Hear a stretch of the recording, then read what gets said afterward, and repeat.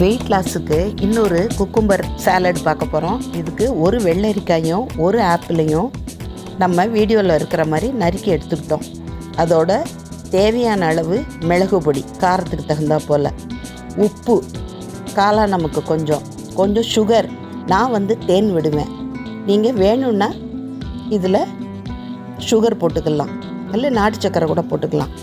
ஒரு 1/4 டீஸ்பூன் அல்லது அரை டீஸ்பூன் அளவுக்கு எலுமிச்சம்பழச்சாறு, 1 டீஸ்பூன் அளவுக்கு ஆலிவ் ஆயில் இல்லாதவங்க நல்லெண்ணெய் சேர்த்துக்கலாம். இது எல்லாத்தையும் நல்லா கலக்கி குலுக்கி விட்டுட்டு இதை சர்வ் பண்ண வேண்டியதுதான்.